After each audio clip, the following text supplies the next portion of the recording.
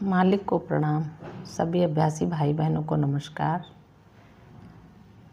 मालिक कहते हैं किसी को अपना गुरु बनाने से पहले उसे किस प्रकार परखें। इस पर उन्होंने गुरु का चयन करने के संबंधी बाबूजी महाराज की दी गई सलाह की ओर ध्यान आकर्षित किया। विभिन्न तरह के गुरुओं के बारे में बताते हुए उन्होंने जिज्ञासुओं के विकास में उनकी जिम्मेदारियों के बारे में भी बताया।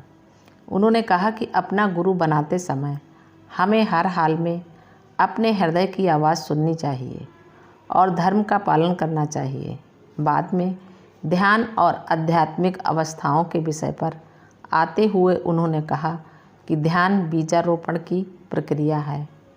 हमें अपनी आध्यात्मिक दशा का विस्तार करना चाहिए एवं उसे प्रबल बनाना चाहिए। भौतिक दुनिया के साथ आपसी व्यवहार में हमारी आध्यात्मिक दशा झलकनी चाहिए। कमलेश भाई ने बताया कि बहुत सी महान आत्माओं ने बाबूजी महाराज की परीक्षा ली थी। वे सभी इतने आला दर्जे का शिष्य तैयार करने पर लालाजी महाराज की भूरी भूरी प्रशंसा कर रहे थे।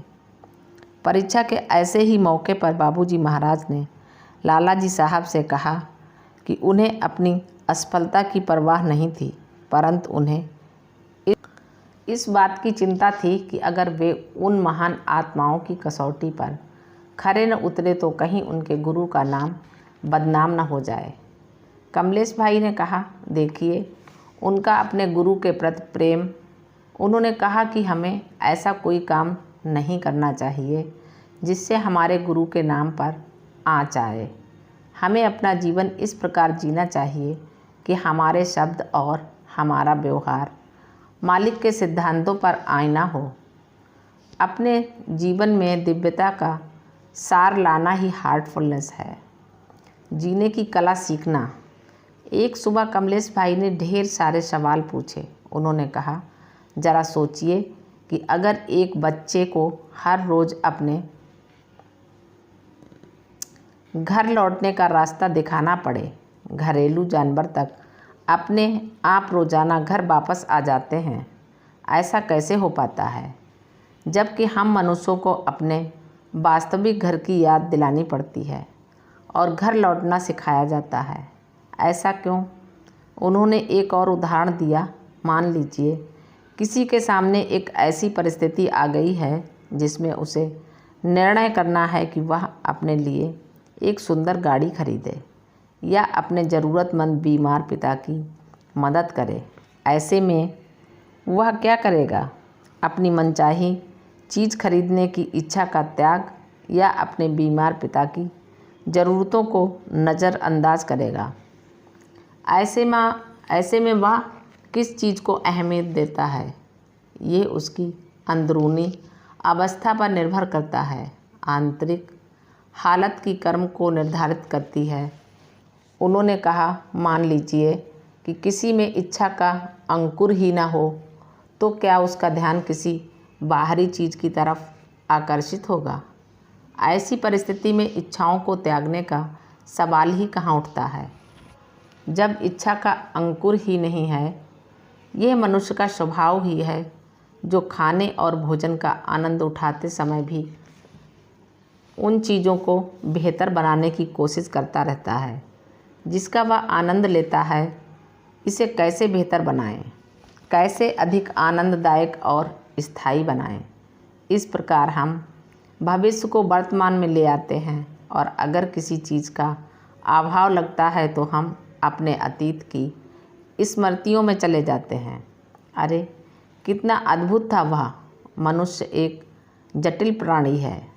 क्या मनुष्य इतना लाचार हो गया है कि उसे अपने वास्तविक घर का जरा भी ख्याल नहीं है? शायद यही कारण है कि मनुष्य उस आध्यात्मिक जीवन की भी कद्र नहीं कर पाता जो उसे वहाँ पहुँचता है जहाँ से हम आए हैं। भले ही हमें उस वास्तविक घर की याद न हो, परंतु आंतरिक स्मृति तो जरूर विद्यमान है। आत्मा उसी स्थिति को पाने के लिए आतुर है। अपने वास्तविक घर से बिछुड़ने की याद हमारे अंदर बसी हुई है। आत्मा को पूर्ण संतुलन का बोध है। जब तक ये प्राप्त नहीं होता तब तक वह स्मृति शायद उसे चैन से नहीं रहने देती। अतः इससे फर्क नहीं पड़ता अगर आप लंबे समय तक समाधि की अवस्था में भी रहें तो भी कोई फर्क नहीं पड़ता।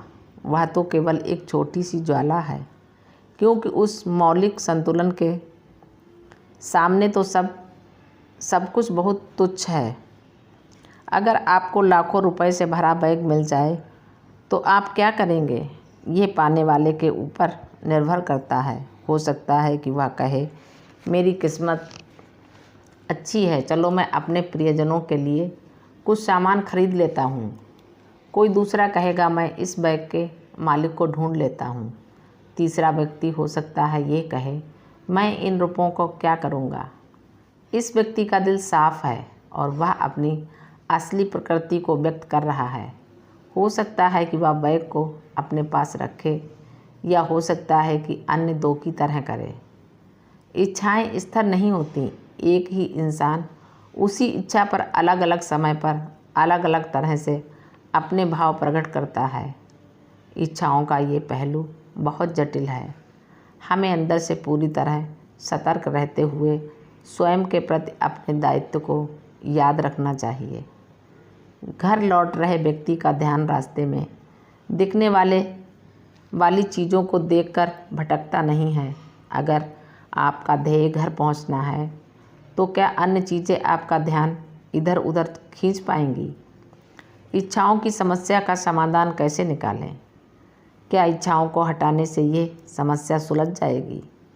इच्छाएं हमारी अपनी बनाई हुई हैं तथा समाज का भी हमारे ऊपर प्रभाव पड़ता है। उदाहरण के लिए सुंदरता की परिभाषा हर देश में अलग है। उन्होंने कहा, केवल विवेक और हृदय की शुद्धता ही हमें इस जटिलता से बाहर निकाल पाएगी।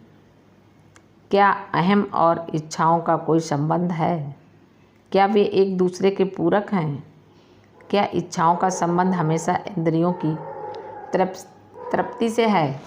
कमलेश भाई ने कहा, बाबूजी कहा करते थे, एक साधे सब सधे, सब साधे सब जाएं। यानी मनुष्य को जीवन की उस समस्या का समाधान ढूंढना चाहिए जिससे बाकी सारी समस्याएं भी सुलझ जाएं। सर्वोच्च ध्येय कायम करके यानी ईश्वर प्राप्ति को अपना ध्येय बनाकर जीवन की सभी समस्याओं को सुलझाया जा सकता है। हार्टफुलनेस के बारे में बातचीत करते हुए उन्होंने कहा, ध्यान के बारे में हमें निर्भीकता के साथ बोलना चाहिए और नए लोगों को या तो प्रोत्साहित करके या उनके सामने एक चुनौती के रूप में दृढ़ता के साथ कहना चाहिए कि वे खुद इसे अपने अनुभव की कसौटी पर आजमा कर देख सकते हैं। उन्होंने कहा, हमें इस तथ्य को उनके सामने रखना है कि हाँ, हमें इस अवस्था की ज़रूरत है, हमें विवेक की ज़रूरत है, हमें एक पवित्र हृदय की ज़रूरत है। ना सारे दर्शन शास्त्र यही कहते हैं, लेकिन वे इसे पाने का कोई तरीका नहीं बताते। अगर आप भीतर से बुनियादी बदलाव लाना चाहते हैं तो हमारी इस पद्धति को खुद आजमा कर देखें। पहले दिन से ही आपको इसका अच्छा असर महसूस होने लगेगा। हमें इस तरह से समझना चाहिए, प्राणाहुति के जरिए कुछ भी संभव है। हमें इस कार्य को पूरे भरोसे और आत्मविश्वास के साथ करना चाहिए। उन्होंने ये भी कहा, आप किस ढंग या तरीके से समझाते हैं ये बहुत मायने रखता है। इसीलिए मैं कहा करता हूँ कि अच्छी चीज़ें अच्छी दवाइयों की तरह अक्सर कड़वी होती हैं और इस कड़वाहट को ढकने के लिए इस पर चीनी की परत चढ़ा दी जाती है। लेकिन यहाँ हमारे पास तो एक उत्कृष्ट चीज़ है, सहज मार्ग की पद्धति, जिसकी मधुरता को हम अपने बुरे बर्ताव से ढक रहे हैं। हम उसे कड़वा बना रहे हैं। हमारे अंदर दृढ़ता, आत्मविश्वास और भरोसे की कमी है, जिसकी वजह से हम इसे मूर्खता भरी बकवास बनाकर रख देते हैं। दृढ़ धारणा के संदर्भ में उन्होंने कहा, इसे सही शब्दों में पूरे भरोसे और आत्मविश्वास के साथ पेश करना चाहिए। इसका यह मतलब नहीं कि हम बढ़ा चढ़ाकर बताएं, नहीं, हमें केवल ईमानदारी के साथ बताना है। उनसे कहे, दूसरे व्यक्ति के अनुभव करने से आपको क्या फ़ायदा होगा। आप खुद इसे आजमा कर देखें।